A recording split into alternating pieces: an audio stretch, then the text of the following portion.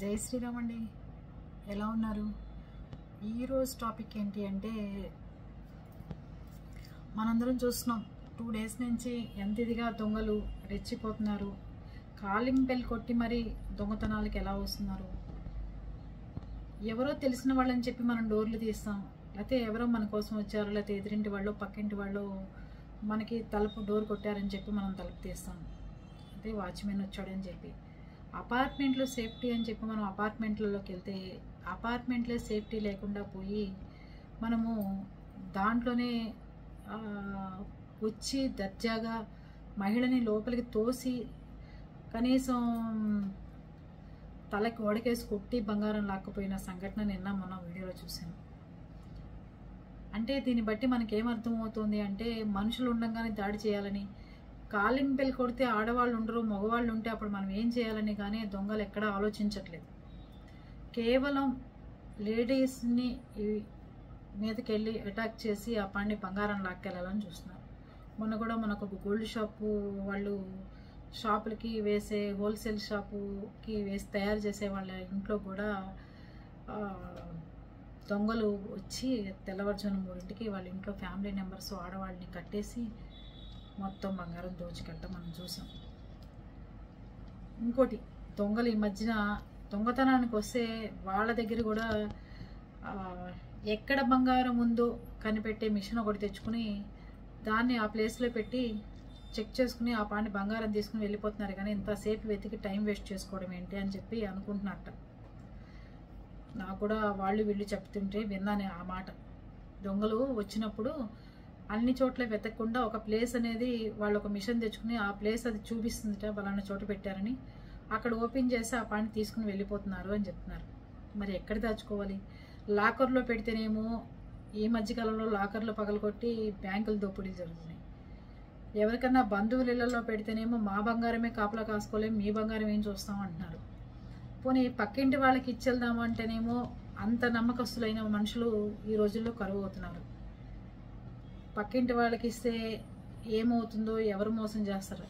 ఒక ఆవిడ కన్న కూతురికి ఇచ్చి తీర్థయాత్రలకు వెళ్తున్నాం కదా అని కన్న కూతురికి ఇస్తేనే వచ్చిన తర్వాత అమ్మ నా బంగారం నా కోడళ్ళ బంగారం ఇవ్వని కూతురుని అడిగితేనే నాకెక్కడ ఇచ్చావు నువ్వు, బంగారమే లేదు పొమ్మందిట ఆవిడ. అంటే కన్న కూతురే తల్లిచ్చిన బంగారాన్ని తిరిగి ఇవ్వకుండా ఈ రోజుకి తల్లి కూతురు ఇద్దరు రోడ్లకి ఎక్కి కొట్టుకు చచ్చిపోతున్నారు. ఒక టీచర్ చేసిన భాగవతం మనం చూస్తున్నాం, డబ్బు బంగారాల విషయాలు.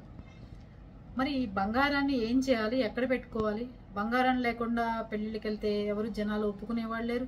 బంగారం లేకుండా ఉంటే చుట్టుపక్కల వాళ్ళు అసలు ఇవి ఏం చేయించుకోలేదా అని అడుగుతారు. బంగారాన్ని ఎక్కడ పెట్టుకోవాలి, ఏం చేయాలి అని అడుగుతున్నారు జనాలందరూ. ఇంకోటి, అమెజాన్ పార్సల్స్ కానీ మీరు ఏదన్నా కానీ పేమెంట్ కట్టేస్తే కింద వాచ్మెన్కి చెప్పి వాచ్మెన్ తీసుకోమనండి తప్ప మీ అంతరం మీరుగా మీ ఇంట్లో హస్బెండ్ల వాళ్ళు వెళ్ళిపోయిన తర్వాత డోర్లు తీసే సాహసం చేయమాకండి. రెండోది, ఎవరు గుమ్మం ముందు వాళ్ళు సీసీ కెమెరాలు పెట్టుకోండి. పెట్టుకోలేని వాళ్ళు మాత్రం ఎవరన్నా బయట నుంచి మీరు కాల్ చేయండి, మీరు ఎవరు వచ్చారో అని చెప్పి డోర్ వెనక నుంచే మాట్లాడండి తప్ప ఏమాత్రం డోర్లు తెరిచే సాహసాలు చేయమాకండి. నేను వచ్చిన దొంగ హైదరాబాద్లో చూసిన పిల్లలు ఇద్దరు పాపం డిగ్రీను ఇంట్రో చదువుతున్న పిల్లలు ఆడావిడ. వాడు తెంచుకుని వెళ్ళిపోయాడు కాబట్టి సరిపోతుంది. ఇంట్లో లేడీస్ని ఏమైనా ఇబ్బంది పెట్టినా చేసినా ఏం చేయాలి? ఎట్లాంటి పరిస్థితి వచ్చింది? మనం రోడ్డు మీదకి వెళ్ళి లాక్కెళ్తేనేమో అంత సవర్లు బంగారు వేసుకుని రోడ్ల మీద ఇవిడ ఎవడ వాకింగ్ చేయమన్నారు అంటారు. సినిమాకి పోతేనేమో అక్కడ లాక్కుంటేనేమో దీనికి సినిమాలు ఎక్కువనే అంటారు. పెళ్ళిళ్ళకి పోతేనేమో ఈవిడికి ఆర్భాటం ఎక్కువ అంటారు. తలిపేసుకుని ఇంట్లో కూర్చున్న ఆవిడ్ని కూడా కొట్టి లాక్కెళ్తున్నారు బంగారం అంటే ఏం చేయాలంటారు? అదైపోయింది. రెండోది, నిన్న కూడా మా ఇంటికి వాళ్ళు నేను చెప్పడానికి అదే కారణం. మా ఇంటి ముందు హోంగార్డ్ ఉంటాడు, వాడు భోజనం చేయటానికి వెళ్ళాడు. సరిగ్గా నిన్న మధ్యాహ్నం 3 అయింది. ఆఫీస్ నుంచి ఒక ఆయన వచ్చారు, బెల్ కొట్టారు. పనివాడు పడుకున్నాడు, నాన్నగారు ఉంటారు ఇంట్లో, పనివాడు ఉంటాడు, పడుకున్నారు. అందుకని డోర్ తీయటానికి నేనే వెళ్ళాను. వెళ్ళేసరికి ఒక పొట్టిగా ఇంత ఆయన వచ్చి నమస్తే మేడం, ప్రసాదం తెచ్చానండి, తిరుపతి ప్రసాదం. నాకు తెలియకుండానే లోపల నుంచి అరుపులు కేకలు వచ్చినాయి, నాకు సంబంధం లేకుండానే. ఎవరన్నా డోర్ తీయగానే మనం నవ్వి పలకరిస్తాం కదా, ఎవరు కావాలండి మీకు ఏంటి అని అడుగుతాం కదా. అలా కాకుండా నేను సీరియస్ మొహం పెట్టేసి పెద్ద పెద్ద అరుపులు అరుస్తూ, ఎవరు అసలు నువ్వు, ప్రసాదం ఏంటి, అసలు నిన్ను ఎవరు రమ్మన్నారు, నీకు ఎవరు పర్మిషన్ ఇచ్చారు ఇంటికి రావడానికి అని పెద్ద పెద్ద అరుపులు. ఆ అరుపులకి వాడికి అర్థం కాలేదు అసలు వాడు ఎందుకు వచ్చాడో, నేను దేనికి అరుస్తున్నాడో, వాడు ఏమైనా రాంగ్ ప్లేస్కి వెళ్ళాడో వచ్చిన ఆయనకి అర్థం కాలేదు. అప్పుడు నేను అన్నాను అనమాట, దేనికి మీరు ప్రసాదం తెచ్చారు, ఏం ప్రసాదం అసలు ఏంటంటే, తిరుపతి వెళ్ళాను మేడం, మీకు ఇచ్చేద్దామని వచ్చాను, మా ఇల్లు పక్కనేనండి అన్నాడు. అసలు నీకు పర్మిషన్ ఉందా? నువ్వు పర్మిషన్ లేకుండా అసలు నువ్వు ఎలా వస్తావు?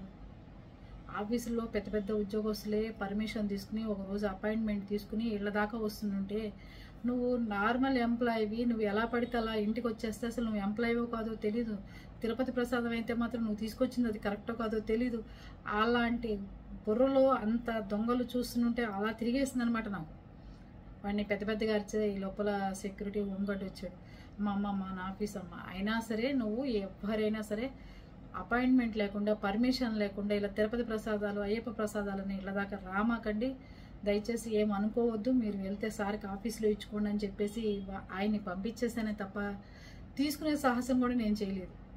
అంటే మనం ఎలా ఉన్నామంటే సాటి మనిషిని నమ్మలేకపోతున్నాం. ఇంటికి వచ్చిన ఆయన రండి లోపల కూర్చోండి ఒక గ్లాస్ మంచినీళ్ళు తాగుతారని అనలేకపోతున్నాం.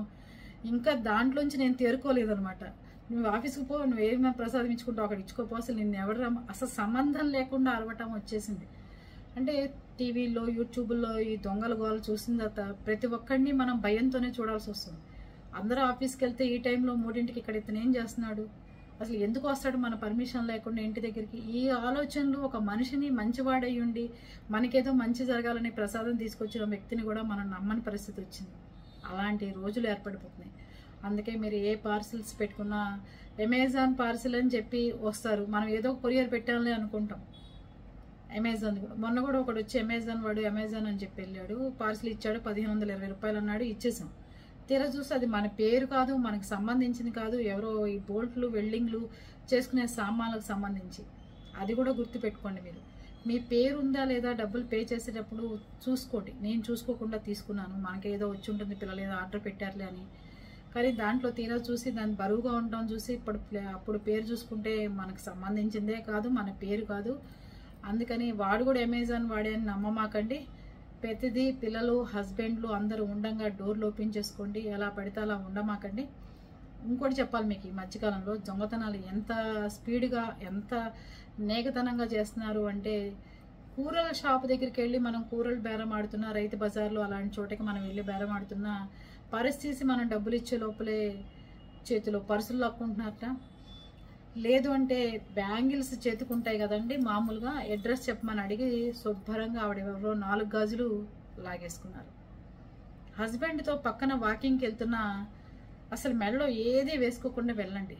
మీకేమైనా మంగళసూత్రాలు సెంటిమెంట్ అయితే మనకు వచ్చిన నష్టమేం లేదు, శుభ్రంగా పసుపు తాడు వేసుకుని వెళ్ళిపోండి. మీకు అలాంటి సెంటిమెంట్లు ఉంటే ఇంట్లో గొలుసు పెట్టి, వాడు మనని లాక్కపోతుంటే సాష్టాంగ నమస్కారాలు పెడుతున్న వాళ్ళగా వాడితో పాటు బైక్ వెనకాల మనం ఎక్కడ పడిపోయి లాక్కెళ్తూ ఉంటాడు, ఎంత దూరం చెప్పండి.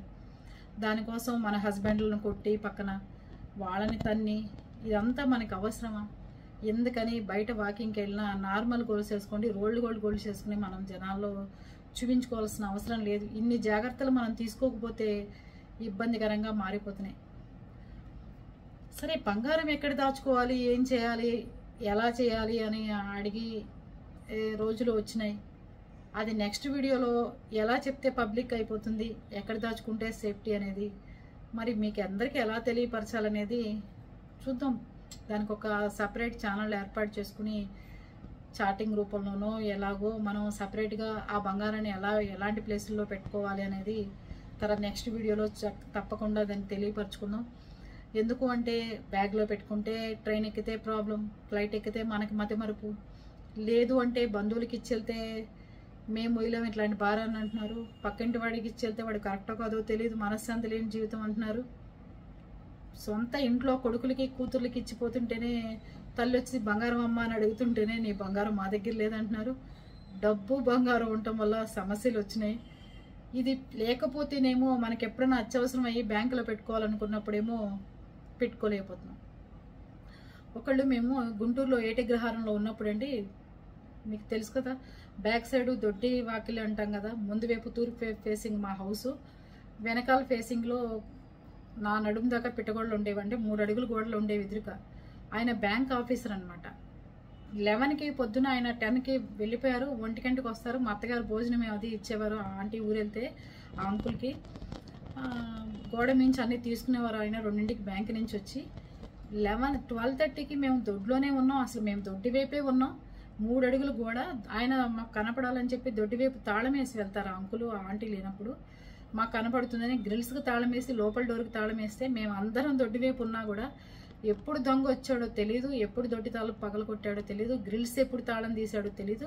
మొత్తానికి వాడు లోపలికి వెళ్ళటం అయింది. అంకులు 3ంటికి వచ్చేసరికి ఇంట్లో సామాను మొత్తం అటేపు మా వైపు గడేసేసుకుని దొడ్డి వైపు, వాడు అటు మెయిన్ అటేపు ఒక స్కూల్ ఉండేది, సెంట్రల్ పబ్లిక్ స్కూల్ అని. ఆ స్కూల్ వైపు వాళ్ళకి మెయిన్ ఎంట్రన్స్ అనమాట. అటువైపు ఒక లారీ తెచ్చుకుని టిప్పర్ లాంటిది తెచ్చుకుని ఇంట్లో ఉన్న సామాన్లు మొత్తం ఎక్కించేసాడండి. వాడు చీపురు కట్ట సహా వదిలిపెట్టకుండా ఎక్కించాడు ఆయన. ఏటగ్రహారంలో సెంట్రల్ పబ్లిక్ స్కూల్ ఉండేది, దాని ముందు ఆపోజిట్లో వాళ్ళ వాకిలు వచ్చేది. ఎక్కించేసాడు. అంకుల్ 2:30కి అలా వచ్చి అమ్మ గిరిజ అని పిలిస్తే వెళ్ళాను. ఏం జరిగిందో తెలుసా అమ్మ అంటే, ఏమైంది అంకుల్ అంటే, ఎవడో దొంగ వచ్చాడమ్మా, అన్ని పగలగొట్టాడు, ఇంకా నేను వెళ్ళలేదు, పోలీస్కి ఇన్ఫార్మ్ చేస్తాను, ఆ అత్తయ్య గారిని పిలు, అందరిని పిలు అంటే అందరం గోడలు దూకెళ్తే లోపల గ్యాసు ఆన్ చేసేసి వెళ్ళిపోయాడు. ఇల్లంతా గ్యాస్ వాసన నింపేసేసి వెళ్ళిపోయాడు వాడు. ఇల్లంతా కారం జల్లేసి వాడిది పడకుండా చీపుర్ని కూడా తీసుకుని వెళ్ళిపోయాడండి. వాళ్ళు అప్పుడు ఏదో వెండి ప్లేట్లు చేయించుకుంటే ఒక 1/2 డజను న్యూస్ పేపర్లలో చుట్టి ఊరికి కబోర్డ్లో అలా పెట్టేసి న్యూస్ పేపర్ లాగా ఉంటాయని చెప్పి వెళ్ళిపోతే వాటిని కూడా వాడు తీసుకుని వెళ్ళాడంటే ఆలోచించండి మీరు. అంతే, ఎంత పకడ్బందీగా వాళ్ళు మనం ఏం ప్లాన్లు చేసినా పకడ్బందీగా ఉంటున్నారే తప్ప తెలివితేటలతో. అప్పుడు కొన్నాళ్ళకి కేసు అయ్యి పోలీస్ స్టేషన్లో పెడితే దొంగ దొరికాడు. ఆ సామాన్లన్నీ వెనక్కి ఇచ్చారు పోలీసులు, మొత్తం వెనక్కి వచ్చినాయి, చీపురు కట్టతో సహా పోలీసులు వెనక్కి ఇచ్చారు.